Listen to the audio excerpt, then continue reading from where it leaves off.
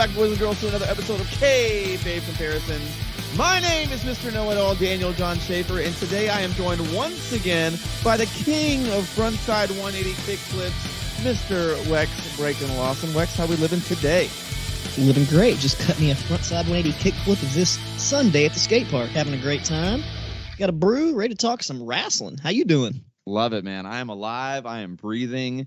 We survived the little storm front that we had that came through. It's a little chilly. But I'm doing well. I'm staying warm. I got my little hazy, my Sweetwater hazy here today. So hopefully that'll keep me warmed up. And our topic today is definitely going to keep me warmed up. It's Vengeance 2001 versus NXT War Games from this past weekend. I am super, super hype about that. Man, did you get any feedback on last week's episode? Yeah, dude. I talked to a couple of my buddies, one of my other buddies who does a podcast too, and he listened a little bit. He dug it. I've been listening to his stuff.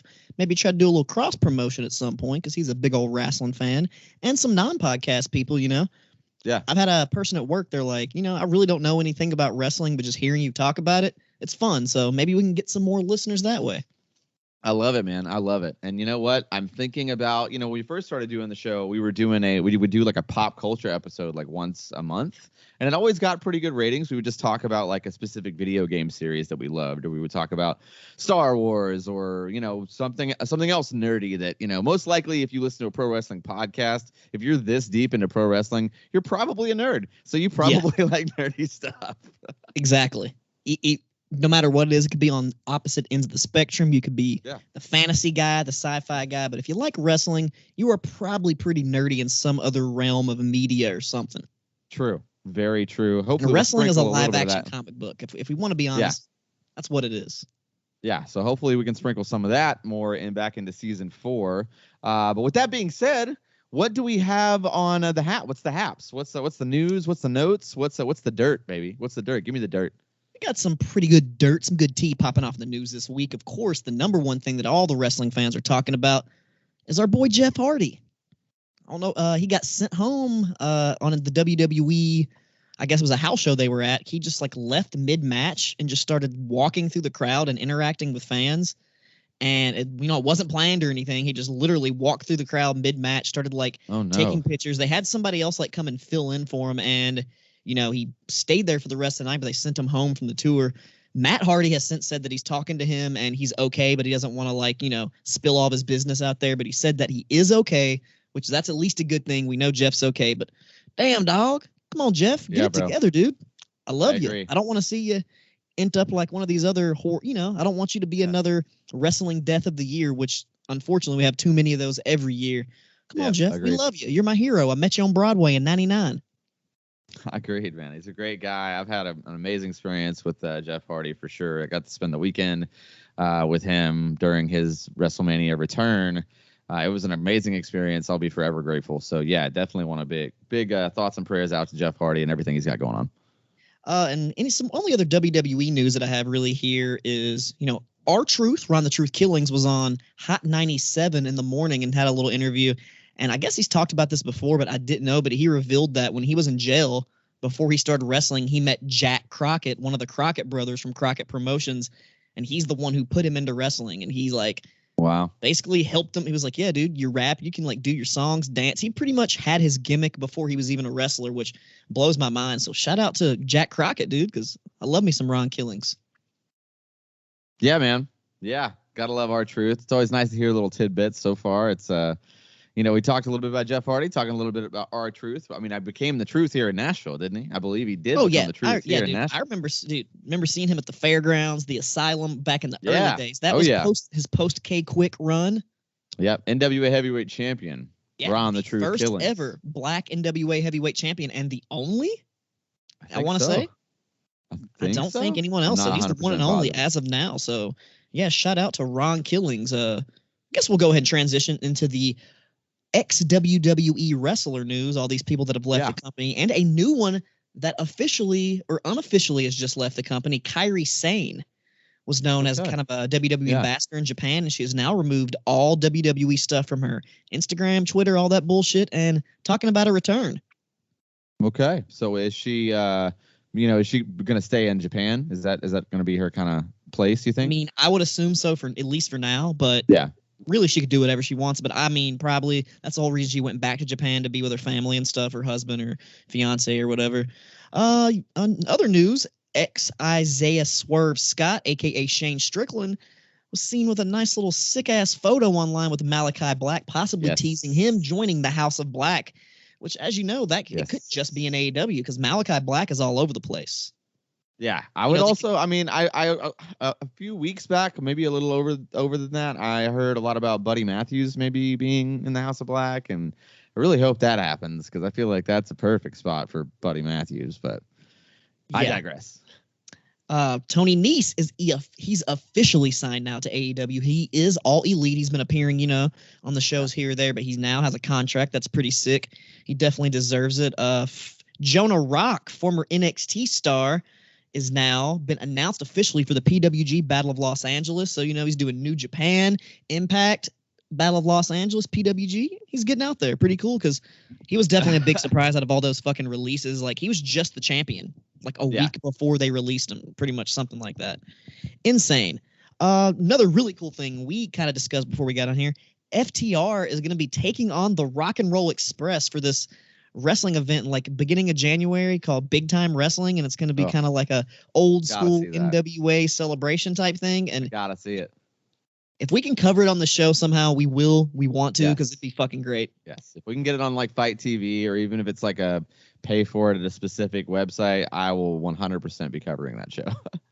Yeah, dude, that would be really fucking sick. I've met Ricky Morton, my second ever pro wrestling commentary desk job. I got to call a Ricky Morton match. So that's awesome. Yeah. At least I got to do that forever and ever. That was cool. Legend, he was one of the coolest dudes. Yeah. Super fucking cool, hilarious, great to be around. I guess one of the last things I want to get into is, recently, not the last things, one more thing. MLW Azteca officially has been announced for January 6th. And, that's kind of that Lucha Underground type beat, which I was a super mark for Lucha Underground. They got a lot of the same wrestlers, and maybe we'll see our boy Alex Kane pop up on there, defend that national open weight title because it's open weight. Yeah, that's true. That means it's here for everybody. It's all inclusive, which we'll get into that stuff here a little bit later. But one last thing I want to get into, one of my all-time favorite wrestlers, tag team wrestler, which you guys might be surprised by, Mr. Scotty 2 Hotty, recently just left NXT as a trainer and everything, but he's not done. Oh, he posted a little thing online recently, and he's made some goals. He wants to wrestle in Mexico for the first time ever. He's never wrestled Mexico his whole career. That's crazy. Which, insane. I'm sure they love old Scotty 2 Hotty down there, and he wants to go work in Japan, and he wants to try to at least be on national TV one more time before he retires officially. And I think it's possible for him to do it. There's a couple different options for him to pop up on TV, even for a one-off match. I agree. I think MLW is a perfect spot for him, honestly. But everyone loves to see the worm. Yeah, I think that's a really great option. Man, that's crazy. Speaking of Scotty 2 Hotty, that's gonna kick things right off. We're getting our Wayback Machine. We're going all the way back to 2001. It's Vengeance from 2001. There's a creepy black and white open with Freddie Blassie. Kind of amazing, actually. It's a little like pre-emo, if that makes sense. But it's very cool. The Vince promo was classic. Solid work for sure. Crowd had tons of heat. Kind of Flair comes out and starts the show, and that was a nice little moment as well. And the first match here is Scotty 2 Hotty and Albert versus Test and Christian. Wex, man, I want you to just go ahead and lead us off here. What did you think about Scotty 2 Hotty and Albert versus Test and Christian? I mean, well, the match itself, it wasn't like horrible, but it wasn't great. All those guys can pretty much work. But, dude, the commentary is what had it for me on this one. They set it off strong at the beginning. So much funny stuff, dude. Pretty fly for a white guy. JR did not know what that meant. And this was 2001. He's like, hey, how am I supposed to know what that means? And he goes, you're not hip, JR, but you might need a hip replacement. And they both popped for it, which it was almost like they both laughed. Yeah. It was almost like that AEW Dark, that last pay-per-view we covered, that type of commentary. Yeah. But, dude, so much ridiculous shit. The hip-hop hippo, MC Crackers, the Honky Delics, the Pasty Boys. The King was on one. The King was on one of this rattling match. them off, bro. Yeah. Killing it. God, this was so good on commentary, guys. Like, fantastic. And the Worm, is still one of the most over moves of all time. So Dude, when over. Scotty 2 Hotty hit the worm, they fucking pot. Like, it's a nice, over. like I said, nice way to get the crowd going, get it like nice opener, get them warmed up a little bit. The work rate wasn't amazing, but it was a fun little match. Baldo bomb from the God damn it, Baldo bomb for the win from big old Albert. I gave it 2 beers. Yeah, I actually, you know what? Like, I kind of felt the same way. I feel like it was like you know how when you used to play SmackDown for PS1, like the very original version of SmackDown, and they would have like the card, and it's just like completely the most random things would happen on those cards. Like, that's what this match felt like. Like, it just felt like an auto random matchup from SmackDown on PS1. I thought Albert doing the swing was a highlight. It's like, oh, this is pre-Cesaro, like a big bald guy, like doing the swing, and it popped. Like, the crowd was really hyped for it then. Honestly, bell to bell, it was better than I expected. It was such a random hodgepodge of guys, though. I don't know. I mean, Albert getting the clean win with the Baldo bomb was kind of cool, actually, and I thought it was better than it should have been. I actually went 3 beers. I went right in the middle on it. I was pleasantly that's acceptable. I'm okay with 3 beers. I'm okay with that. Yeah, I mean, guys, I got to tell you, I think that, and honestly, I'm pretty sure that's one of the worst matches on the card. So, yeah, we're in for a really good night here. Let's just keep it rolling.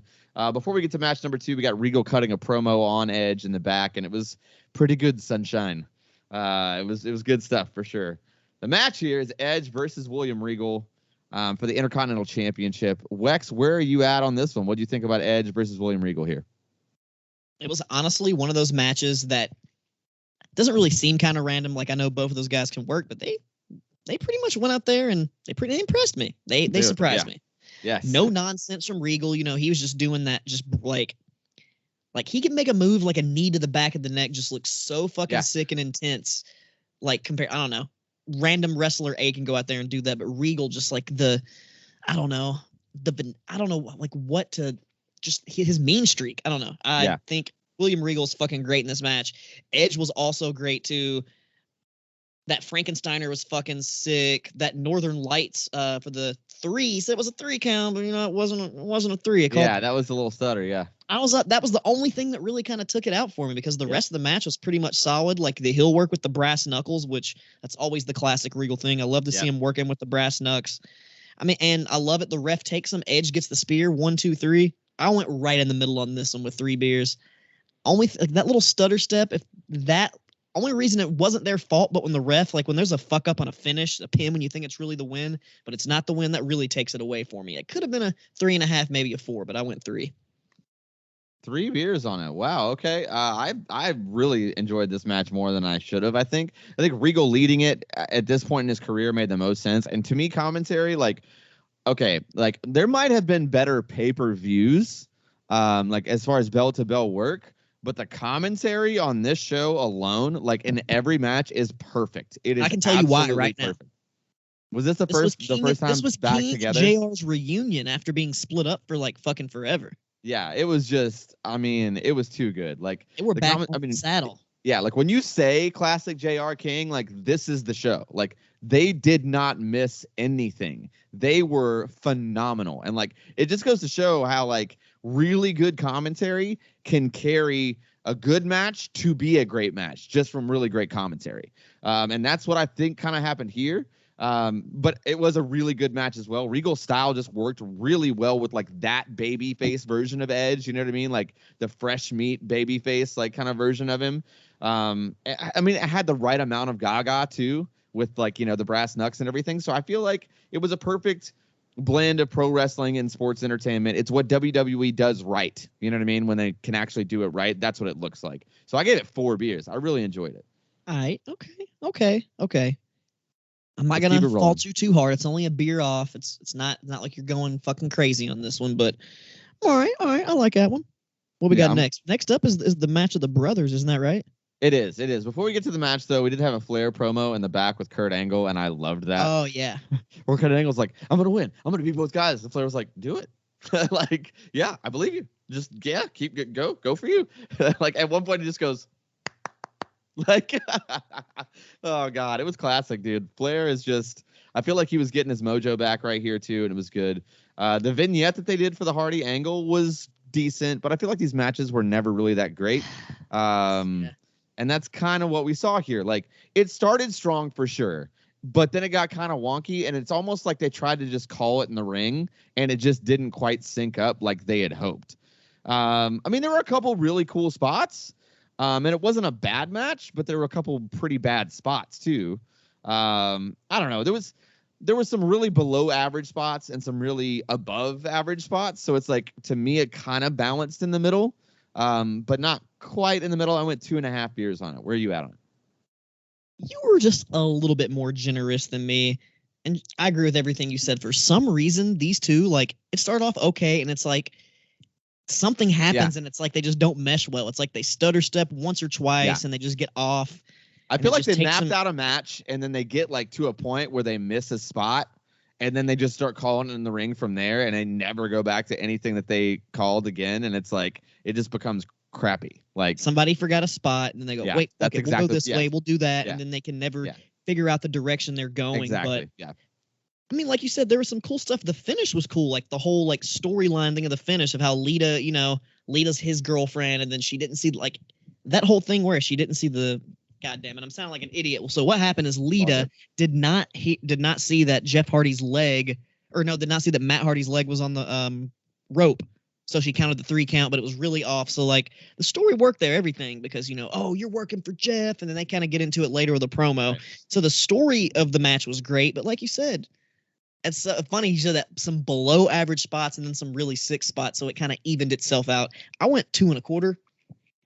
Not quite that 2.5er, but like you said, the Hardys are better at teaming, not going against each other for some reason. It's not smooth. Yeah, it's definitely not smooth. I mean, I thought the finish was clever with the foot on the ropes, and like, that was a nice spot. Good idea. But that's the booking more than it is the match, But they executed that part well. I will say that. They did. We did get like a Trish and The Rock segment in the back that would definitely not fly in today. It was good, though. It was fantastic. But The Rock shushing Trish, I don't know. I was like, oh, this would be really offensive, I feel like. And like, well, if you think that that's offensive, she has another even more horribly offensive one later. Oh, no. Yeah. We'll get to that. We'll get to that for sure. The next match on the card here, though, is the Dudleys versus Big Show and Kane. This is the Stacy Keibler era of the Dudleys, and I'm 1,000% here for that part of it. Also, the spank spot was definitely not PC, but might have been best spot of the night, in my opinion, and I'm not going to apologize for saying that. Yeah, it did move pretty quick, though. It was hard to work with such a big team like Big Show and Kane, so hats off to the Dudleys for that. But they pulled everything off, and I thought that it was the right amount of time. You know what I mean? Like, they did. It was perfect. Like, you got to have these guys on the show. You got to angle. You've been building this up. You have to have it on the show. It's a quick match. But the big guys, because it's a quick match, are still had a lot of gas. So they were actually moving, and it was really good for what it was. I was right there in the middle, and I gave it 3 beers. Okay. What do you think? Not quite 3 beers. I feel like, okay, I'm going to say this right now before we get any further into the show. Okay. What's that? I feel like you have become the curmudgeon old man. Like, it's like Jesse was the critical one that would like to dissect things, and now that Jesse's gone, I feel like you're out here being like the curmudgeon-y guy, and I don't like that. I'm not being curmudgeon-y. I just not as high as you on that one, dude. It's almost there. Of course, I get my fucking phone going off in the middle of what I was trying to goddamn say. But yeah, dude, the match was very short, and like you said, that worked for them because they were the big dudes. They get gassed a little bit easier, and they were able to move very quickly, very fluidly the entire match. Mm-hmm. Like, dude, I'll give it to you. The spank spot was nice. Not gonna lie. It was nice. Not it's nice to see that every once in a while. 4K. We got Ariel and ECW last week. We get Stacy Keibler this week. It's a nice weekly little roundup of asses to see. I don't know if where you're watching these shows, but if you pull them up on the cock, it's full 4K. Yep, all its glory. I got a nice little 4K in my bedroom too. But yeah, nice and short and sweet. And if it would have went 10 minutes, it probably would have been shitty because I would have got over it by then. But I went 2.5 beers, almost 3 beers, and that finish was not a 3D. It was a flapjack. Yeah, it was. Like, hey, gave him a 3D right to the steel. I'm like, JR, no. It was a double flapjack. It wasn't a 3D. Get it right, baby. It definitely was. That's the only slip up y'all have, but the intensity of the call of it made up for it. Well, let's just keep it rolling here. I did love that we get the old school "Don't try this at home" promo. Pre Rey Mysterio's knees, yeah. though. The one I always think of the one with Rey Mysterio. Like the one with the like little background percussion. I'm like, what? Like, what's going on here? I don't know. I always thought they were really funny. It was always really funny to me. It was almost like like when fail videos first started getting popular on YouTube. But anyway, moving on. We got an awkward Lita and Matt segment in the back, and then we got a package for RVD versus the Undertaker, and that leads us to the next match here. It's American Badass Undertaker versus RVD for the WWF Hardcore Championship. So Taker just kind of beats the shit out of RVD for the most of this match. I mean. That's like almost the same notes. I don't know how else to say it. I mean, the stage bump was dope for sure. I thought it was good for what it was. I mean, there were some great spots, but I don't know, man. Like, I guess they were just trying to shit on RVD at this point because I mean, it was a spectacle match and it was a cool finish, but low key, like it was just Undertaker beating the hell out of RVD the whole match. Still good though, still very good because I don't know if anybody could sell better than RVD at this point.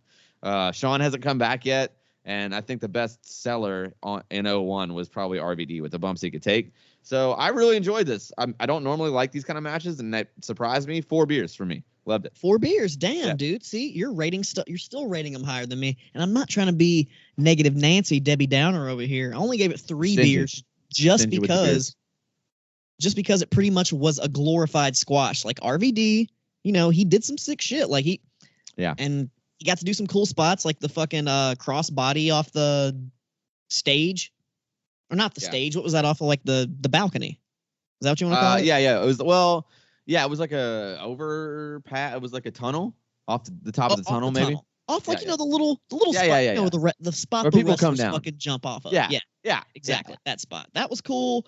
He attempted the Van Daminator, and then Undertaker just said fuck it, and then choke slammed him right. I thought that was funny. That was really great. Yeah. It was basically like you said, it was a squash match, glorified squash, but it was RVD was selling it like a motherfucker and just taking it and still trying to come back and still getting fucked up. That's why I gave it 3 beers right in the middle for me. Man, I wish you would hit that Van Daminator though. I love the Van Daminator. That's like, I mean, yeah. Besides the Van Terminator, not the coast to coast to get it right. The Van Terminator. Exactly. Correct. The Van Daminator's a fucking sick move. It's true. Even though I would say the Van Terminator is I mean, listen, we all know that RVD started it, but I will argue this. I think that Shane McMahon made it more famous for sure. I mean, it's the same move, but he made it more famous. It's because of the platform that he was on. If RVD would have been on the same platform, it would have been RVD. I mean, RVD was on the same platform. RVD was a champion. No, RVD Shane McMahon's never been the heavyweight champion. RVD did it in ECW first. And then Shane McMahon did it like 2 weeks later in a WWE pay-per-view. But honestly, go back to that year and we just put even the average WWE fan, we put Shane McMahon versus RVD just standing next to each other and their personas and everything. Everyone's gonna. You know what? First, you're skimpy with your beers. You're curmudgeon-y, and now you're gonna sass me on the live podcast here. You said 4. You're That's what I said. And I said I gave it 3, so I only gave it one beer below. It wasn't that much a difference. I mean, that's a whole beer. Let's keep it moving here. Let's keep it moving here. Let's keep it moving. It's a light beer. All you got for me is a light beer. Moving forward, there was a great Jericho and Flair promo. I thought it was really good. The segments have been great. Like everything in between the matches have been great. Like this is again, like that's so WWE. That's what it should be. Like I really want WWE to be good. I'm not a hater. Like I don't want it to be bad. I want to rate things high. And this is like, I know we're in a nostalgia show, but it's like, dude, this was just so good. Like they know how to do it. This format can still work. It just has to be good stories and good wrestlers. Like it's not that difficult. Like just same type, same story archetypes, really. Just do it better than what you're doing. Like even Lita's bad acting, it was still overall in the story was executed well. Yes, agreed. And moving on to the match here is Trish Stratus versus Jacqueline for the WWF Women's Championship. I mean, it wasn't Becky and Charlotte.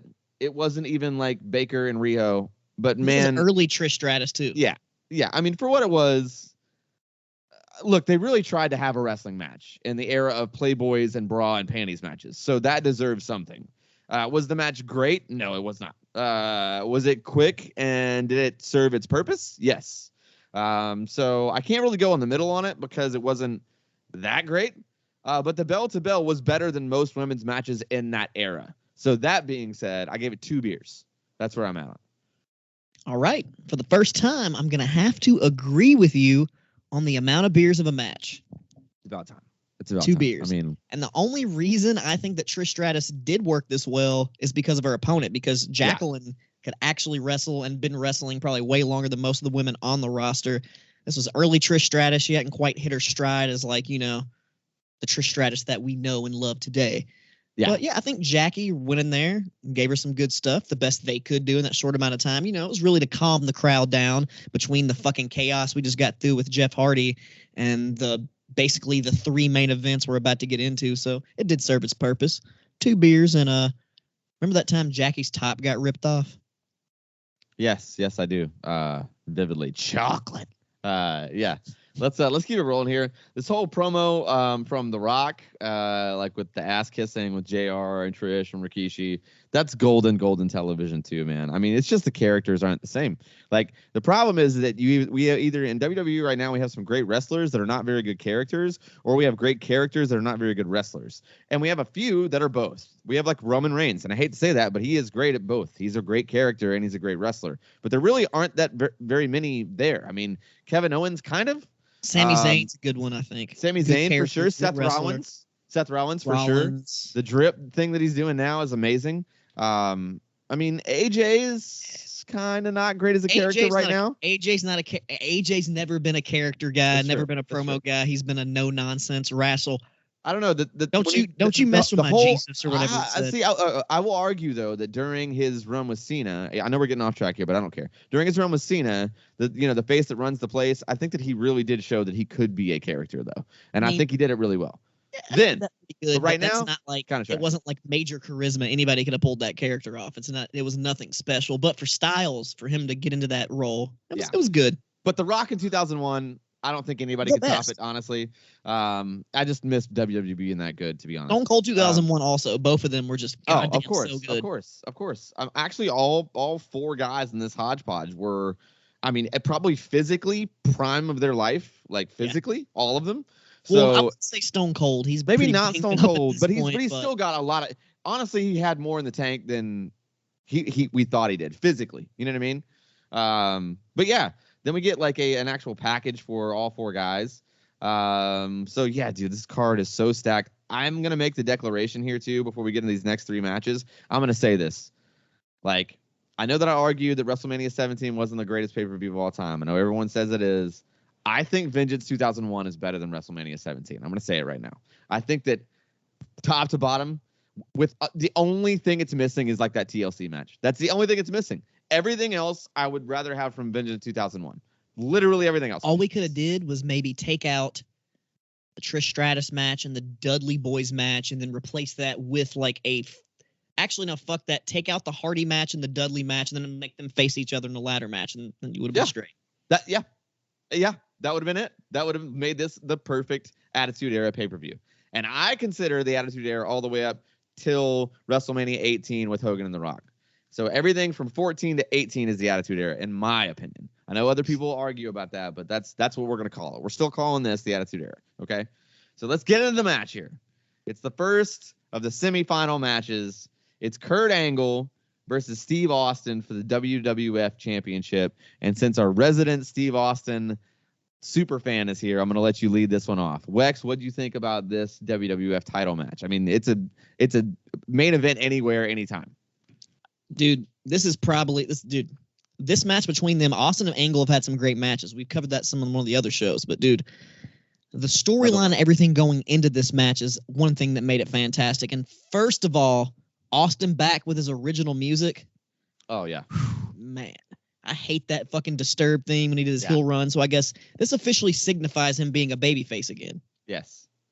But he literally didn't have to change his work style because he literally was doing the same shit. But yeah. I mean, that's dude, I love the story they told of like the brawling versus wrestling, and then like, oh, Austin can't hang with the wrestling, but then he fucking comes in there and starts cutting German suplexes, like working on Angle's shoulder and his arm. Like, It was really great. Yeah. so much psychology there, and like I love when Angle puts him in the figure 4 leg lock on the outside after he does all the basically little Ric Flair tribute. He gives him tons of chops, does the figure 4, and JR's like, oh my God, he's gonna break Austin's legs. He's gonna break Austin's legs. Yeah. And I popped so hard. Like you said, commentary on point 100%. Like JR and King reuniting for this, especially for an Austin match. God, dude.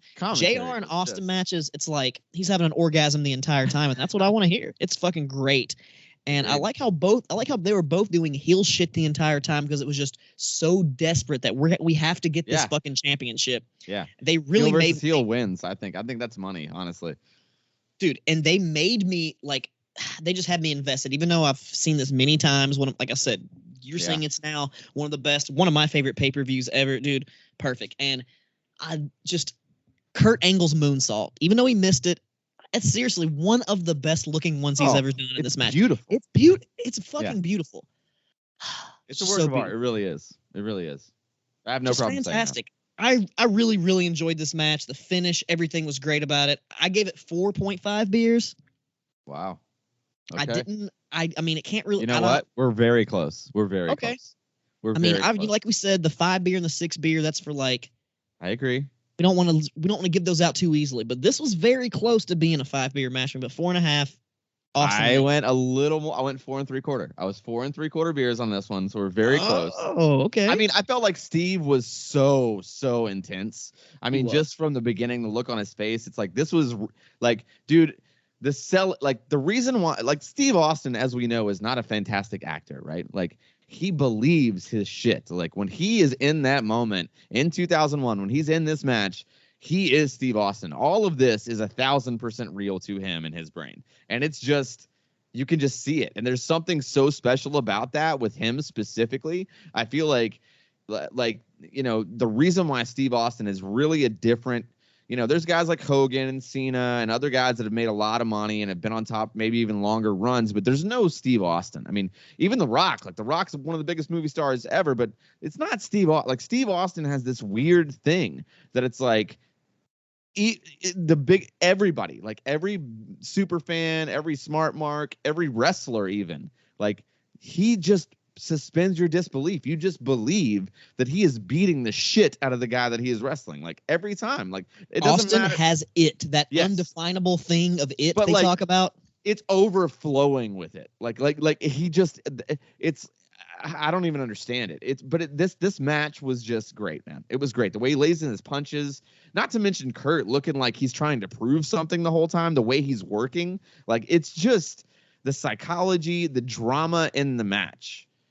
I mean, even punch by punch is just something that we don't see today, period. There's a certain style of the way the crowd wrestling lights up for just each punch back and forth from both person. You get that a little bit sometimes, but not like you had it here. And going back to the commentary on this match. Yeah.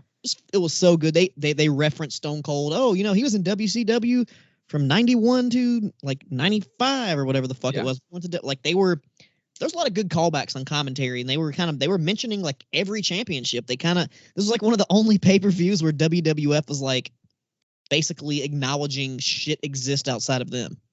Yeah, I mean, and also not only that, but it was also like, again, another situation where it's the right amount of gaga. Like, it doesn't take away from the match, it actually adds to it, which is it's very hard to do that well, to where you can add outside stuff to a great wrestling match and actually add to the match and add to the drama. And they did it. They nailed it. It was great. I thought it was great. 4 3/4 beers, great storytelling, great match. Crazy enough, right after this, we have Trish and Test in their segment. That's what I was referencing earlier. This is the most rapey, cringy, horrible fucking thing I've ever seen in my life. Like, the worst thing you've ever seen. And was Test supposed to be a good guy at this point, or what? I think he was a babyface, actually. I'm pretty sure, because Trish was kind of like this tweener, almost still heelish character. It's like it was funny when Rock did his shtick, but when Test went in there, it was just fucking creepy, weird, cringe, and it's not even funny then. No, right. Oh, yeah, not just good. Bad. Just bad, for sure. Test. This is a test indeed. Yeah, well, maybe he should have taken a few more tests in his life. But anyway, the next match here is The Rock versus Chris Jericho for the WCW World Heavyweight Championship. Dude, both guys are like physically at their absolute peak. Like, I mean, just like athletically and like genetically, they're just right where they should be. And I was absolutely giddy watching this, like genuinely excited. I mean, it's an incredible match. It's great back and forth, great selling on both sides. Crowd stayed hot too after that banger of a match for Austin versus Angle.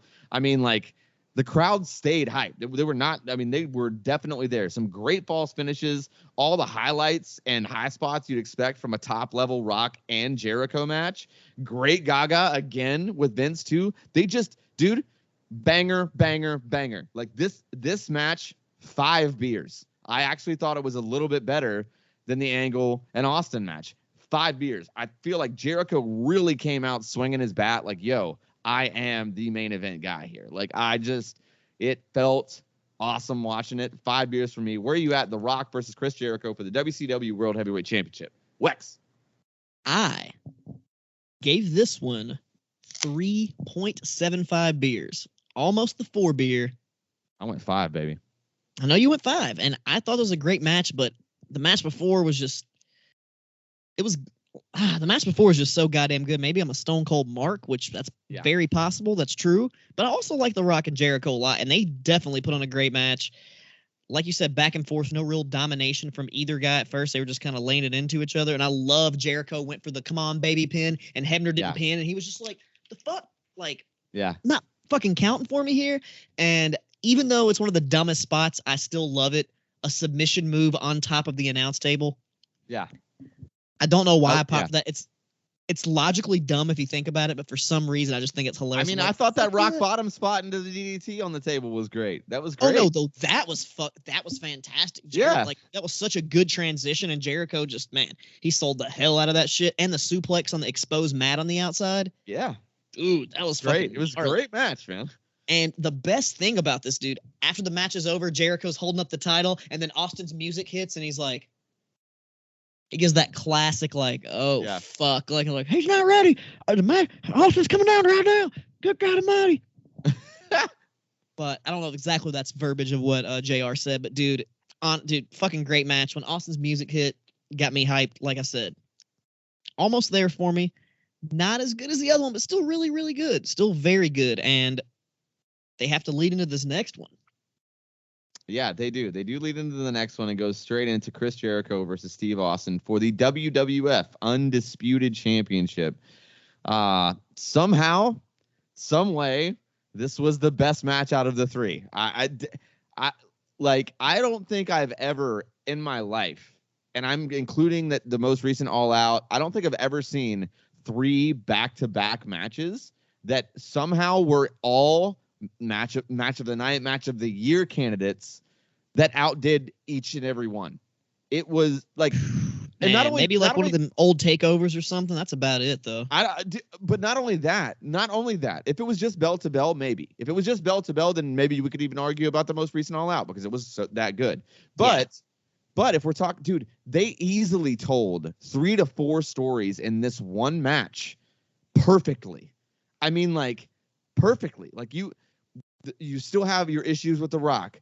Jericho's set up as the first undisputed champion. You get Booker T some shine out there. You get Steve Austin moving straight on to Booker T. You have Flair's out there again. You have Flair and Vince, that whole storyline right there. Like, dude, that's 4, almost 5 stories right there, all done perfectly without taking anything away from the match. I'm doing it. I got to give it to it. 6-pack here. 6-pack, 6 beers, top notch. Okay, I'm gonna say it again. Vengeance 2001. Best pay-per-view of the entire Attitude Era, in my opinion. The entire Attitude Era, front to back, best pay-per-view. Wow, yeah. I am almost at the 6-pack for this one. I did not go all 6er, but I did go 5.75. Okay. Because I'm not mad about that. Like I said, I'm gonna be very stingy with the 6ers, but dude, Austin and Jericho, 2 of my favorite of all time. I easily could have went 6. Easily could have went. But dude, this match was like you said, the culmination of everything, the storyline, the in-ring work. Like, I love like each other trying to do each other's finishers. So much stuff. Like the Gaga with Vince McMahon, Ric Flair, Booker T coming out, hitting Austin with the fucking title. And it's just crazy because back then, you know, even till this day, I love Stone Cold. And everyone, we're like, dude, Stone Cold's fucking winning. Stone Cold's going to win this. Even when I'm watching this, even though I know Jericho wins the way they have it set up, you're like, dude, I think Stone Cold's going to win. But the way they worked this was just so perfect. Everything about it. And, dude, wasn't much the way they sold commentary, too. Like, on the first match, they sold it as, oh, we're going to get Rock and Austin 3 before we even get to Rock versus Jericho. Like, that whole thing was just set up so well. Like, that is exactly how you tell brilliant writing. Like who was the head writer, who was doing the shit back then. They probably work for AEW now. You know, it's Brian Gewirtz. This was the end of 2001. Russo's gone. It's Brian Gewirtz. I mean, and what does he do these days? He runs $7 Productions. He runs the Rock's movie making company. Like he works for Rock's production company. God damn, he was killing it back then. Yeah, dude. Well, he's moved on to bigger and better things, I would say. But dude, as he should, because he earned it, bro. But honestly, this is the kind of guy who like made hundreds of millions of dollars in Hollywood since then, and still will go to like WrestleCons and just talk about wrestling because he obviously loved it. Because this is really well written, clearly. Yeah, dude. Austin and Rock fuck Jericho and Austin just they sold they made, like, honestly, they didn't even the work rate could have been a little bit lower. Even though it was great, it still wouldn't matter because the way everything was executed perfectly in this match.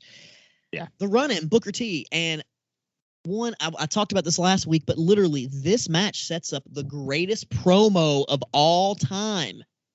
Yeah. In my opinion, I don't care what anyone else says.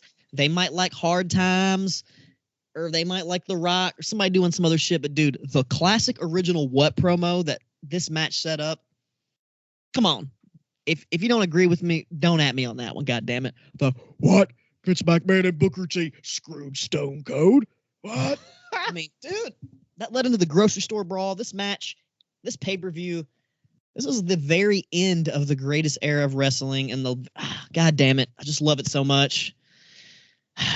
Fuck. I don't know, man. I don't know. I liked a lot of stuff from Ruthless Aggression era. Like, I think 2002 is even after WrestleMania 18. I think it's one of the best years ever in pro wrestling. I'll say 02, but like once we got into like 04.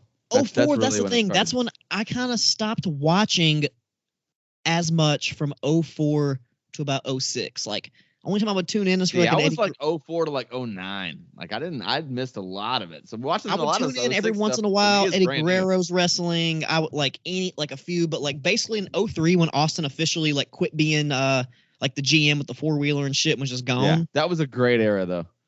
Once he was gone, I was like, no Stone Cold. Why the fuck am I watching wrestling? Did you ever get to go to one of the? I know we're getting off on a tangent, but I don't care. You know, did you ever get to go to one of those Stone Cold shows, like a Raw, where he was the commissioner? Did you get to go to the one that was in Nashville? I didn't go to that one, but I remember watching him on TV a lot. Dude, he stayed in the arena probably another hour and a half after the show was over, and just like talk shit, had people come down, would talk shit to them and just send them out of the ring. Like it was the whole, like it was almost like a stand-up show if Stone Cold's in character the whole time, just literally getting drunk as hell and like hanging out with because it's like I'd say like half the people left, but like still half of us, and we're all like at that point we're all super fans because we're staying until like 11:30 or whatever. Yeah, I was 12 years old. I would have been like, yeah, hell yeah, let's watch this shit, baby. Yeah. Yeah, I mean, I was 18, 19, so like it was like perfect. Well, you were probably partying a little bit. I was still a wee little boy. I was sneaking in a flask in my boot for sure, but yeah, we had to do what we had to do back in the day. We didn't quite have the credentials that we needed. You pull a hey mister. That's what we call it. You pull a hey mister. You were a young boy. And speaking of young boys, that's gonna lead us into the next show. It looks like we're actually getting to get it's not a takeover anymore, but it's an actual pay-per-view or streaming special, I guess we can say now. But it's an NXT show, which hasn't happened in a while. And it's NXT War Games 2021. The opening package was really hype, and it was well put together for sure. I do actually like the idea of Black and Gold versus 2.0. It feels like closure, sadly.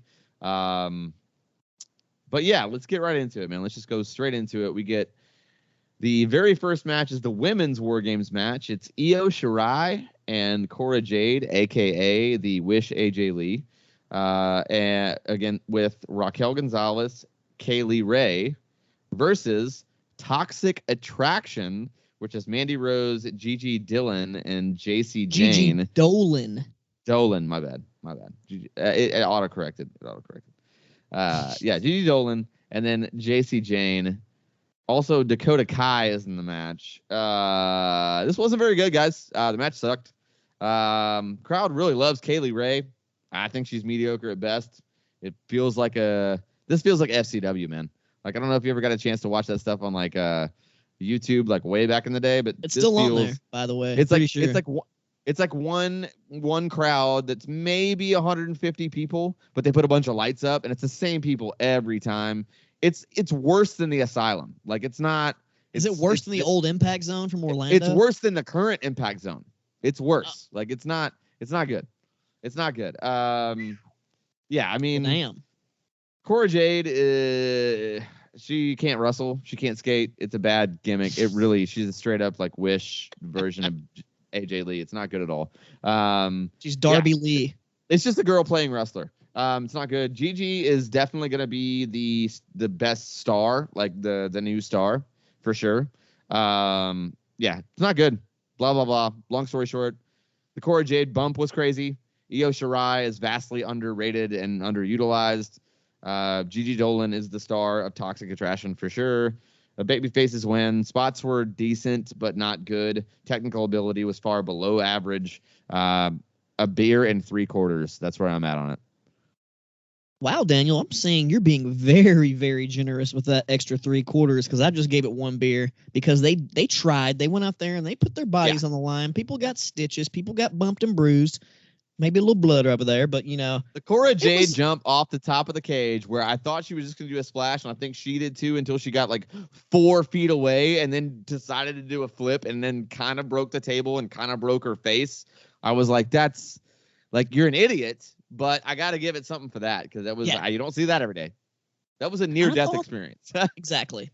I thought this was the biggest clusterfuck ever. Bigger than a GCW clusterfuck that's called a clusterfuck. I mean, there were some very dumb spots in here, like the kendo stick bridge in between both rings on the ropes. That was the dumbest fucking thing I've ever seen in 6 years in a wrestling match. I was very disappointed by that. This was Extreme Backyard Wrestling DVD level bad. And you were even on some of that shit, so you know. Why? Don't do that. Let's not do that. But yeah, that springboard Rana in between the rings to where the person doing the Rana took most of the bump on the fucking metal. I was like, guys, girls, what are y'all doing? Think before you do. And like you said, that splash was like a last minute. It was like a last minute swanton that she just thought about, like. Yes. And I was like, oh, she didn't get all that one. And I guess, like, did she actually get, like, I'm guessing it was a planned out for her to kind of, like, fuck up her shoulder. I was I will give it to him. That was a cool spot, making Io Shirai look like a badass. Be like, nah, fuck the medical staff. I'm going to pop this motherfucker back in there myself. We're going to get back in there and whoop a little ass. That was a cool idea. Cool idea. I don't know how to say that in Japanese, but if I could speak Japanese, I'd say it like that, like, goddamn hell yeah, we're going to get that motherfucker shit done right there. But, yeah. Gigi Dolan. She definitely is going to be a star, and turns out I heard she's actually still married to Darby Allin. It was all a work. They never actually got a divorce or never broke up. Don't know if that's true, but if someone could let me know, shout me. I need to holler at Max, my boy, Max Shutter. He might know that officially. I don't know who she's dating. She's great. She's really good bell to bell, actually. I thought she was probably one of the shining stars of the match for sure. The trash can swinging spot was really funny. I'll give them that. That was good. It can only be executed with those people. I mean, I give it a beer and a half. Come on, man. I'm not too generous here. I feel like that's fair. I gave it a beer. But yeah, Cora Jade can't skate. Let's have a kickflip challenge. Jesus, she's trash, dude. I don't know, man. It's almost it feels like she straight up came from the MySpace era. It's really weird. She's friends with Gigi Dolan, who dates Darby or is married to Darby Allin, who actually does ride a skateboard. She was like, all right, I'm going to slide your skateboard over here and you're going to try it. And she's like, all right. And then it didn't work out. Yeah. Okay. So after this match, we actually get, okay. So I want to go ahead and preface this. In this special, this pay-per-view thing, there were a lot of vignettes. A lot. Well, I found out I don't have premium Peacock. I have the regular, so I just got commercials instead of all those vignettes. Oh, okay. All right. That's good to know. Okay, well, either way, we got a vignette for Tiffany Stratton. Very meh. Then we get a Josh Briggs and Josh Benson.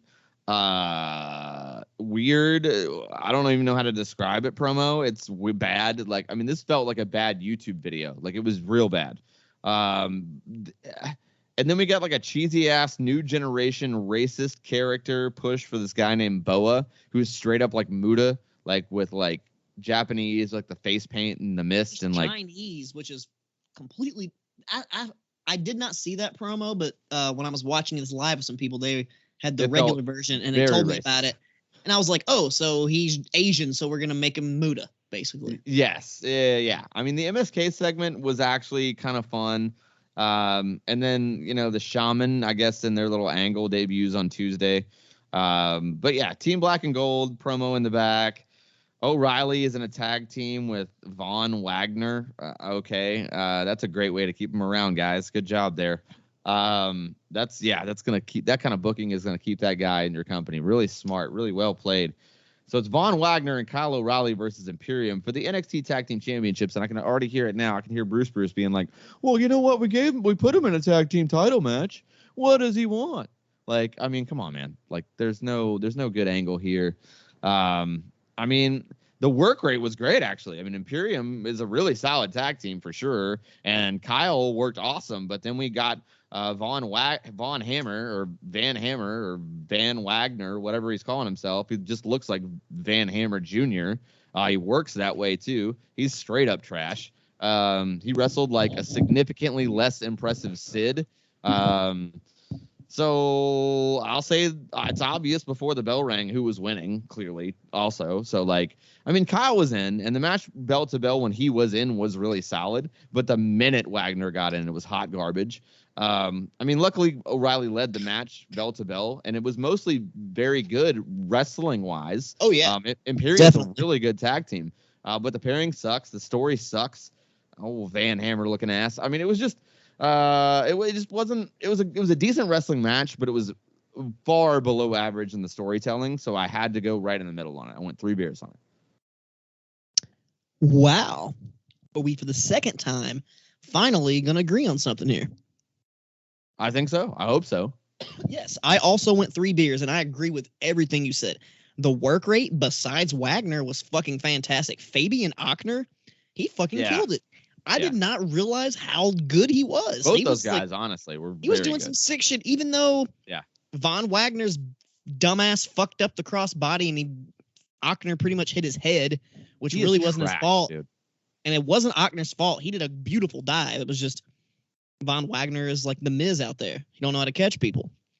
I mean, it really is developmental now with 2.0, man. With 2.0, it's really just developmental. They're just throwing dudes out there now. Just like you said, we knew the ending of this because Kyle O'Reilly, we know he's on his way out. He's on his way to AEW, but I cannot believe that he got away with doing the Undisputed Era thing, though.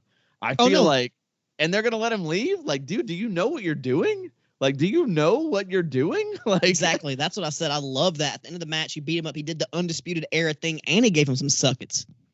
I know, but homage. Which crotch chops are going to pop me no matter what. I don't care. But it's for Triple H, which is also, it's like, dude, like, is he just? It almost made me feel like I feel like I don't want to be worked. You know what I mean? I'm a cynical mark now. So now everyone's like, "Oh, Kyle O'Reilly's leaving." I'm like, is he though? Because if he did this and he pulled it off and he's still leaving, he did everything he wanted to do like his way. Like, yo, I'm going to my boys, and here's some homage to Triple H. And both of those things, I would assume right now, are probably no-nos in NXT, right? Like, I don't know. So if he does, they don't really mention none of that stuff anymore. If he does leave, big balls to Kyle O'Reilly for sure. If he does leave, because there's no way that was, do what you want. There's no way that's cleared. No way. Yeah, because half of the Undisputed Era's in the other company, dude. If he doesn't show up in AEW and shows up on the main roster, that'd be a mind fuck. But I don't want that because I know what's gonna happen.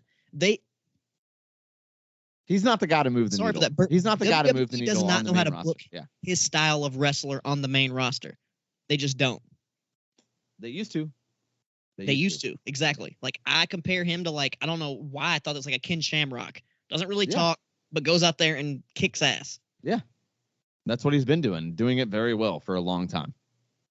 I could see him, dude. I know we're getting ahead of ourselves here, but you hear old Daniel Bryan Danielson's trying to start his own little faction. Imagine a faction with him, Daniel Garcia, and Kyle O'Reilly. Oh, like you think he's gonna come in and do like join Adam Cole and Fish, and then he joins Daniel then joins instead? Bryan Danielson, and then I like that. Like a fucking, like a whole stable, and then imagine they bring Jonathan Gresham into a little crew of just like shooters. Yeah. Who are just badass striker shooters. Yeah. I mean, yeah. Yeah. Anyway, the match bell to bell was decent. Let's keep it rolling here. The post-match stuff with O'Reilly was great for sure. Then we get these like the Eichmann Euro vignettes. It's like this Japanese guy, and he's like this Japanese game show host type. Yeah, he's actually been with NXT for a while. I'm surprised he didn't get released with all those other people, but I guess they're really trying to push him because they need a little international flavor, It's awful. It's not good. It's very bad. It's very. He's a good wrestler though. He's a good wrestler. Is he? They don't know how to book that gimmick right. They just don't know how to do it. Okay. Yeah. Didn't have him taking a shit in his promo. Yeah. Yeah. Well, not that one. Because they put him on a bunch, so we'll get to that one though. We'll talk about that one. I didn't, because like I said, this one where he's like, this is not the one where he's eating pizza and stuff. He's like talking about. I saw all these later online because I was getting commercials, so that's why I didn't know which one you were talking about. It's like they took No Way Jose, and then they took Adam Rose, and they mixed them together and made him like a game show host. That's what they did with this guy, because both, and maybe a little bit of Mojo Rawley dashed in. All the guys that they thought were going to be great baby faces. That's what they're trying to do with this guy, and it's all trash. God. Yeah. Then we got a package for Legado del Fantasma, it was really good actually, and we also got a promo as well. Also, we got a commercial for the Ruthless Aggression Season 2, which I'm hyped for because I actually liked that show. I thought it just got abandoned, but I'm hyped to see where it goes. I haven't watched any of it yet. Have you caught any of that yet?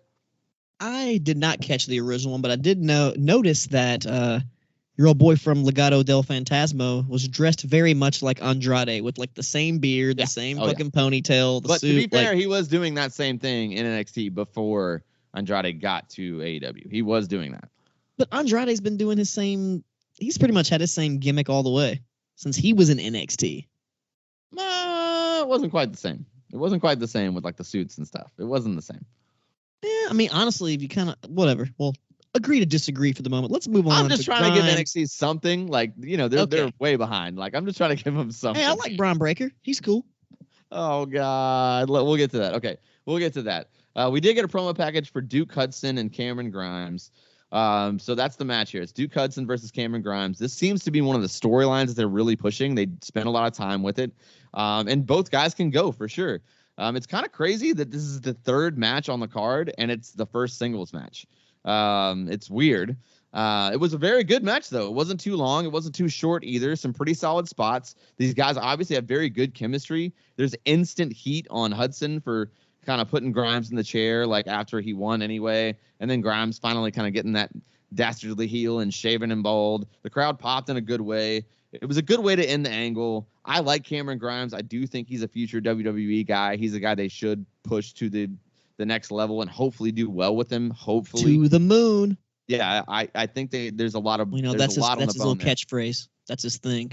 I worry that his body's not enough for Vince. I can understand that, to be completely honest. He does look like every other guy, but when he opens his mouth, when he's on the mic, he's great, and when he works bell to bell, he's great. If he does spend more time in the gym, he'd probably be better, but it is what it is. 3 3/4 beers from me. That's what I thought about Duke Hudson versus Cameron Grimes. Where you at on it? Oh, okay. I went 3.5. I was actually very close, surprised because Duke Hudson, I was just like, I haven't really been keeping up with the storylines in NXT, and I was just like, dude, who the fuck is Duke Hudson? He was good. And at first, I thought he was Joe Hendry, who used to be in Ring of Honor. But it wasn't. I was like, oh, turns out he used to be in, like, the Mighty Don't Kneel stable along with, the old TM whatever, and then Jonah Rock and himself. They used to all be part of that big stable together, which So has Duke Hudson been in NXT this whole time that Bronson or Jonah Rock was there? He was just kind of in the background, or No, he he got later? signed. I think he got signed at the end of 2019, like right before the pandemic thing happened. I think he was one of those signings, if I'm not mistaken. I could be wrong, but that's what I'm pretty sure that's what happened. So, he definitely has that Australian connection there to all those dudes. And like I said, I didn't know what to expect because I'd never really seen him work, and he fucking killed it. They went out there and told a great story. Everything was good. And I definitely I love the end because, you think the guy with the long hair and the beard is going to be the guy who loses, right? That's what I thought the entire time. I'm like, dude, Cameron Grimes, he's getting his fucking head shaved. But no, Grimes, though somehow, being the baby face but cheating because they still cheered for him. So maybe that's kind of his gimmick, is he's just going to win no matter what because he's a tweener. Yeah, I mean, he's a baby face tweener kind of guy, yeah. I mean, hey, the biggest star of all time was being a bad guy, then people loved him. So yeah, that does work. We just saw him kill another pay-per-view, Stone Cold Steve Austin. But, dude, Cameron Grimes, I love that. And this is one of the first times ever a nice, clean, successful hair shave. And did you see he tried to cut his eyebrow, then actually cut his eye? Yeah. I was like, oh, shit, he cut his eyeball. He's going to rip his off. Yeah, dude, pretty solid match. 3.5 beers. Good spot. A lot better than I expected. A lot better than I expected for sure. But then we get more vignettes because I have premium. So apparently this weren't out to everybody, but I feel like it was out to a lot of people. We got a grizzled vets. They got a vignette, and they're killing that team, man. They're killing that team, and it's so sad because they're an amazing tag team, and they're making them silly, and they're not a silly team. They're a really good professional wrestling team. Sounds about right. Yeah, then we got a Rave Girls vignette, was not good. Draco Anthony gets a cheesy training day vignette too that felt a little racist. And then we have the announcement for New Year's Evil on January 4th, which I guess is a TV special. We will probably cover that because we're trying to cover all the current stuff, even if it is bad. But yeah, we got a package for Joe Gacy and Roderick Strong here. And that's the match. It's Joe Gacy with Harland versus Roderick Strong with the Diamond Mine for the NXT Cruiserweight Championship. I mean, the match was okay, but there's literally 6 freaking people at ringside. I mean, come on, dude. Luckily they didn't play that big of a part in the match itself, and bell to bell it was pretty decent, but the story seemed like it had more weight, and I felt like this was the beginning of the story, or maybe the halfway point. And to me, if you're finally going to give NXT a pay-per-view, this should have kind of been the end of the angle, and it didn't feel that way to me. But the match bell to bell was very good. Both guys can wrestle for sure. So I went right in the middle on it. I went 3 beers on it. It was pretty good. What do you think about Joe Gacy versus Roderick Strong here? I actually went higher than you on this one. You say I'm being salty and the downy guy, but I only went 3 1/4, just a little bit higher than you. Okay. So I wasn't going super high. You gave it 4 more ounces, but okay. Yeah, I wasn't jerking off to this one or anything, but I didn't realize how good fucking Gacy actually is in ring. And I popped for Roddy's angle slam, of course. That was pretty sick. And Joe Gacy even did the little fat boy QT Marshall dive where it's assisted from the rope, but he still somehow made it. And did it pretty clean. I enjoyed that. I was like, all right. I'm going to say something here, and people aren't going to like it, but it's true. Joe Gacy is doing the Brother Devon gimmick really well. And Harland is doing the Batista preacher guy Batista better. This is the same exact angle, except they're doing it more culty, so it's less preachery. It's more Bray Wyatt-y. But I mean, it's the same thing. It's the same thing. I mean, it's almost the same gear. It's the same gimmick. It is what it is. Now they're trying to they've just tweaked it a little bit and made it a little bit more modern and fit in with what's going on today. But what's his name is Parker what? What's his name? I thought his name used to be Parker Boudreaux. Now it's Harland something. It's just Harland. I don't think that's the same guy, though. I think Harland's It's not the same guy that made him shave his head, right? No, I don't think it's the same guy. I could be wrong. That's what I thought. He was the little mini Brock Lesnar, and then he shaved his head. Yeah, I mean, yeah. Oh, it is. It is. You're right. It's the same guy. Yeah, it is the same guy. I didn't know that. I feel like they changed him quite a bit, and that's cool. Yeah, that's a drastic change, but I think it works. The look works for him. The bald, I didn't even know that. Menacing, brooding character. Yeah, it's a good look for him. That's what I'm saying. I think he's doing that Batista kind of character, like the preacher box guy. I think he's doing that better than. Okay, Batista. so I will say this: the NXT 2.0 vision. I get where they're going because people like him, people like Braun Breaker, I can see, but people like Von Wagner, I can't fucking see. He's a miss. I don't know Hard what miss. they see in that dude. He's whack as hell. Yep, straight. Trash. Send him back to FCW. He don't need to be on TV right now. Yep. Speaking of straight trash, we got more ridiculous Eichmann hero promos. This is where he eats a bunch and then shits, and it might be the worst thing I've ever seen in my life, honestly. Then we got a package for the War Games, and really not very interested, to be honest with you. But here we go. We're going to get into it. It's Braun Breaker, Grayson Waller, Tony D'Angelo, Carmelo Hayes, a.k.a. Team 2.0, versus Tommaso Ciampa, LA Knight, Pete Dunne, and Johnny Gargano, a.k.a. Team Black and Gold. Okay, one thing I'm going to say. I like LA Knight. I like Eli Drake. I don't think he's been around in NXT long enough to really call him Black and Gold. I think the other guys fit in, but to me, this is where you send one more guy down to like, oh, I remember NXT, and it could have been Shinsuke or somebody that you're not really doing much with, or it could have been Kevin Balor, Owens, or it could have been Owens, or it could have been Zayn. It could have been anybody else that have been like, Ricochet. It could have been Ricochet. Like, you're not doing anything with him, and it would have been great. It would have been great here, and like.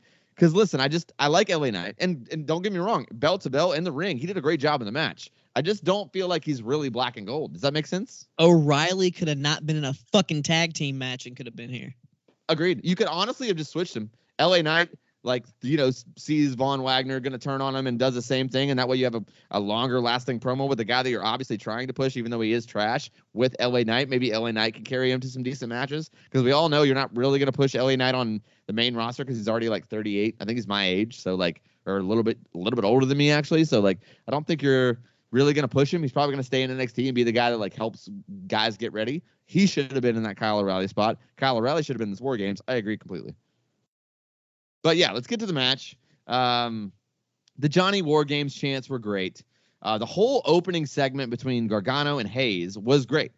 Waller could be good. He could potentially be good, but his gear and his look is atrocious. Dude, it's atrocious. Same shit, dude. I was just his work is not that bad, but his what the look fuck is he wearing? awful. Is he a boxer? Is this like Mark Jake Marrow? Paul. He looks like a softer Jake Paul, actually. Is this looks Johnny like he should do some D-Bag? more. Like, what the He looks fuck? like he should be doing some more sit-ups, to be honest with you.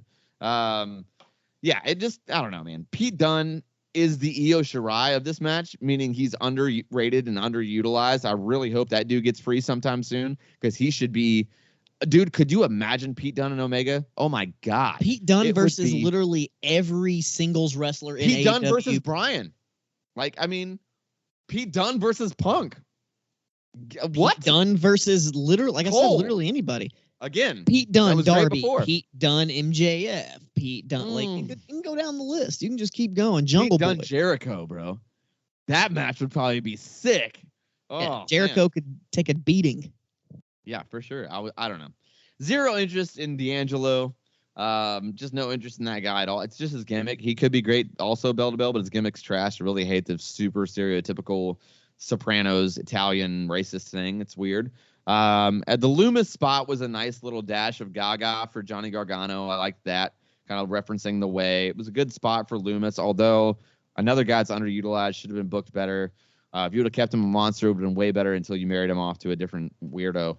But yeah, Braun Breaker is an interesting character due to his family history, but his name is so bad that I just literally cannot get past it. I don't think I'll ever be able to honestly say well, Braun Breaker had a great match. That doesn't come out of my mouth right. It just doesn't. It feels like I don't know. That's what I said the first time I heard Dolph Ziggler. No, I love Dolph Ziggler. I have no problem with that name. I'm saying the first time I heard that name. Braun Breaker, bro. Braun Breaker feels like the Pro Wrestling, the NES original Nintendo version, just the baddest, cheesiest name. If you told a guy on the street, that never watched wrestling, come up with a pro wrestling name, I feel like he would go over the top and cheesy and be like Braun Breaker. He himself came up with the name. Okay, then don't give him a mic because that dude should not be in charge of creative thinking. He just should not be in charge. He wanted to go by, of course, you hear the story. They wanted to go by Rex Steiner. blah, blah, blah, blah, blah. Then NXT was like, no, we want you to, No, Scott Steiner. No, they won't. No, he owns the name. Scott Steiner owns the name, and he said no. That's what happened. That's facts.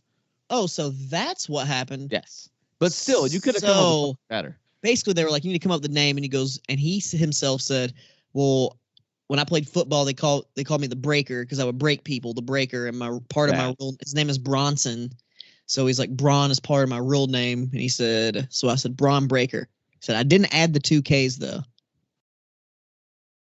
I feel like Bronson Breaker makes more sense than Braun Breaker. Yeah, like.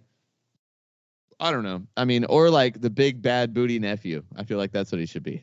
And yeah, he channeled. He definitely channeled a little Scott Steiner in this match. Oh, and Rick, a lot of Rick. I mean, the match bell to bell. Okay, this is how I had to break it down to make sense of it. I broke it down because I couldn't really fairly give my assessment. The only way I can explain it is I think bell to bell, it was like 4 beers. It was a pretty good match, bell to bell. The young guys can work. But their angles are so bad. Like, so story-wise, my investment in the new characters, half a beer.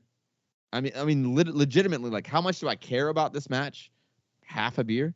Was it good? Yeah. I just don't give a shit. Like, I just didn't care. Like, I knew this is and honestly a great send off. You're Johnny Gargano, and you play a commercial for Roman Reigns to end the broadcast. Like the broadcast ends with a 3-minute promo for SmackDown with all of it being Roman Reigns. That's how the actual broadcast ends. No way. I cut it off. So I don't know. That's how it ends. It's a 3.5-minute long, like promo package for the Bloodline, for Roman Reigns, it's all narrated by Heyman. It's like, I mean, it's like a whole vignette. Like it's a full music video. Like it's a whole long thing. And then it's like SmackDown's 7:00 on Friday. And it's like, this is how you end an NXT show. This is how you end Johnny Gargano's possible last ever takeover.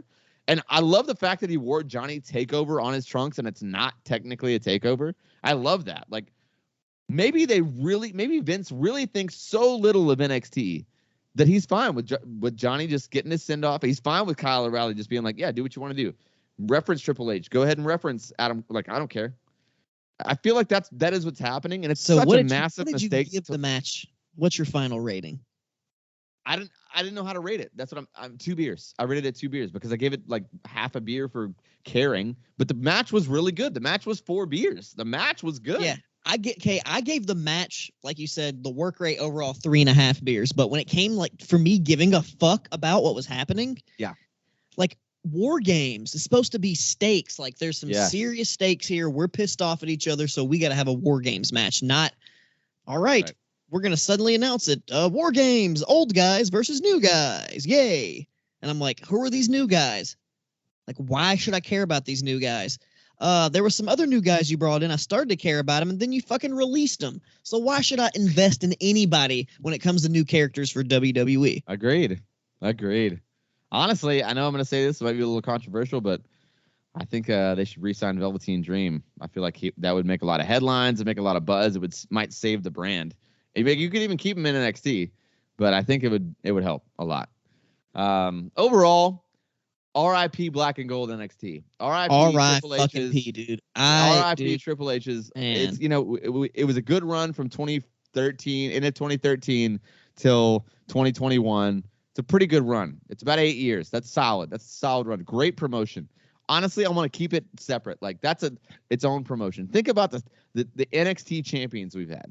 It's its own canon. Its own canon. It's a different universe. It's a different universe. Kevin Owens, Sami Zayn, Shinsuke Nakamura, Finn Balor, Samoa Joe. I mean, like, dude, everyone there killed it. Adam Cole, Andrade, Malachi. Dude. All of them. Some of the matches, even the undercards were legendary. NXT champion. Dude, remember the Cesaro, Sami Zayn like trio of matches they had? Oh, and yes. How fucking great they were. Like R.I.P. NXT. This is like a burial, honestly. I feel like it's a memorial service. Remember that fatal 4-way with Tyler Breeze? Oh. It was Tyler Breeze, Pac, whatever you want to call him now. It wasn't Sean Spears. Sami Zayn. Ty Dillinger, right? Sami Zayn and Ty Dillinger. Yeah. 4-way match, fucking crazy. Man. The revival. NXT with some good times. Revival. But revival, yes. Bam, Murphy and what was the other guy's Blake name? and Murphy. Blake and Murphy. They were a great tag team. The longest reigning tag team champions forever. They were awesome in NXT, and then literally they just changed their gimmick when they went to the main roster and made them a fake road warriors. I would argue that Breezango was better in NXT than they were on the main roster. Yeah, of course. Definitely. I mean, 100%. Dude, Tyler Breeze versus Jushin. Guys, listen, we love NXT. Yeah, that was the shit. I watched this and felt sad. Yeah, me too. Dude, 100%, dude. I felt sad. There. It made me feel sad. Man. Like, dude, Johnny Gargano, Tommaso Ciampa. At least Johnny Gargano, we know he's still going to wrestle. He's going to go somewhere, do great. Ciampa's probably, once he's done with this, he's done. He's not going to go to the main. Even the entertainers that had their moment in the sun that we don't really talk about anymore, the vaudevillains. No Way Jose. Enzo and Cass, dude. Bro, they were like at one point they were the biggest, most popular tag team. It was Adam Rose. There you go, the Rosebuds.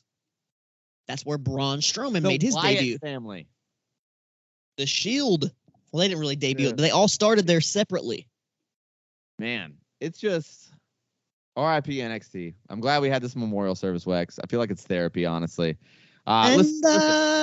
I will always love you. Okay, there we go. Wow, that's a YouTube clip right there. If I do say so myself, maybe a TikTok. We'll see. You can always find us at KayfabeCom everywhere, except for TikTok. It's at KayfabeCom Pod because Wex is an asshole. You can always find me at Daniel Daybreak everywhere. Every single social media platform of all time, I am at Daniel Daybreak, including MySpace. And yes, I still have a MySpace. You know what? Wex, where can they find you? You can find your boy Wex at Wex breakin the Lawson on pretty much all of your social medias.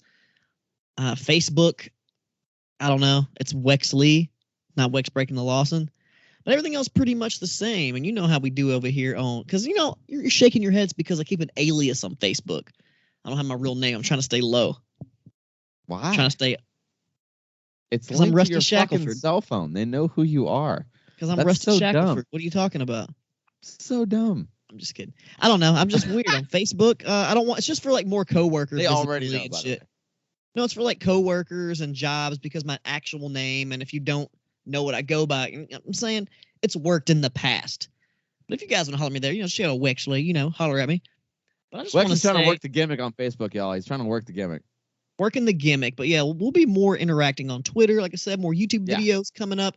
And just like 3-6 Mafia whooped Bone Thugs and Harmony's ass, Tennessee and kayfabe comparison's gonna keep on. It was good though. Oh, it was good. They both. I mean, I love both groups, and they both did great. But once you bring out Terrence Howard, I mean, bro, yeah, I mean, we're not gonna do that though. I feel like that's not even fair, to be honest with you. But dude, 3-6 is the best. Tennessee for life. They're my all-time favorite group. 2 years in a row, my Spotify most listened to artist.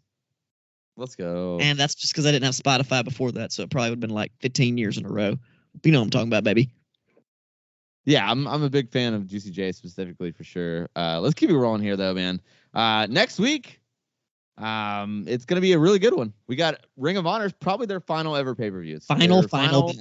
Final battle. And we're doing that one going against Armageddon 2006. Again, guys, like I kind of dropped off around 2004, so a lot of these like 15-year comparisons, we're gonna definitely keep those carrying over into 2022. I definitely almost want to keep the saga going with both 97 and 06. And I want to do WWF and WCW as for interchanging on our nostalgia shows, and I want to do TNA and WWE for our 07s on there because I never actually watched 07. So I'm excited about doing WWE. I was like back in the swing of it. I was every Monday. I was even watching ECW sometimes on the Sci-Fi Channel. I mean, I was a diehard Mark. I've always been a diehard Mark, so I'm gonna pop in and out there for sure. I was still watching DVDs, you know. I still on my PS2, you know, as I was couch hopping in my terrible emo band. But yeah, you know what? I feel like next week's gonna be great with 06 revisiting Armageddon 06 versus ROH Final Battle ever. 2 weeks from now, which is pretty much going to be your Christmas episode, it's Starrcade 96 that we've been covering from WCW and Survivor Series 06. So it'll be a step back a little bit, but it's a bigger pay-per-view. It meant there's more weight to it there. So I want to make sure that we're Legendary Starrcade. Yeah, Legendary Starrcade versus a big year for WWE and their Survivor Series. That's going to be the last Survivor Series we cover. And then the end of the year, our very last episode of season 3.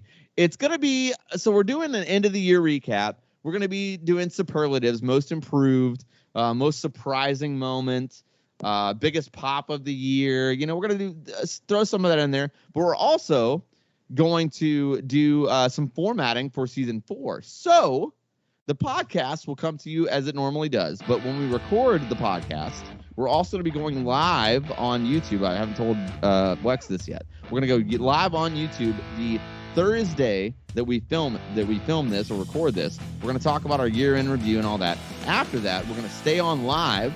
And we're going to answer questions, and we're going to possibly even use some of the crowd, some of you guys' input onto what we actually format season 4 with. So we'll be live on YouTube. You can comment on YouTube, and you can also comment to us on Spaces on Twitter as we're on there. So we're going to be mapping out at least all of January and maybe all of February, depending on how much time we have. We'll even give you Daniel's personal phone number so you can call him. It's going to be great. That's not true. We're not doing that part. Well, but yeah. You didn't get that memo? All right. Yeah. Wex is just being a dick, so we're just going to go ahead and end this thing. That's going to do it for us this week. We're getting very close to the end of season 3, boys and girls. I'm very excited. We'll see you guys next week. We're out. Peace.